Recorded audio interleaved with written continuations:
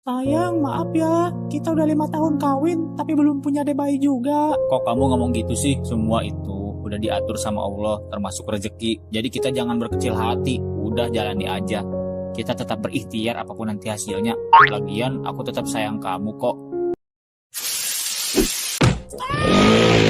Apa-apa ini? Udah 5 tahun kawin, belum punya anak.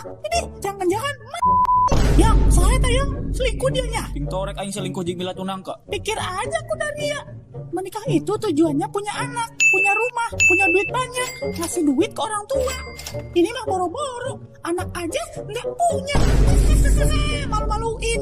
Lah teteh geus kolot, can boga anak, can boga salaki, udah naon deui di dunia.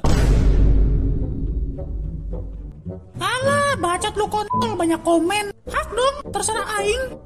Ini anaknya ya? Kadilena naon ku bapak tok dia. Ya iyalah ini anak aku. Tapi jujur li senang deh di usia 19 ini DO sekolah tapi udah punya anak. Ya walaupun bapaknya hilang di Pajumaung, tapi gak apa-apa deh. Aku tetap senang kok karena udah melahirkan dia ini. Mang, tolong mang. Jangan ngomong gitu di dekat mereka. Mereka ini udah kawin tapi gak punya anak. Ups. Ups. Ya udah ya, aku mau nonton konser dulu sama anak aku. Tapi emang gak apa-apa bawa orang gitu ke konser? Gak apa-apa, justru anak aku itu biar terbiasa dan ngerti kalau hobi orang tuanya itu nonton konser. Ya Allah, pengen punya salaki. Pengen punya anak juga. Tapi keburu kehalang gengsi.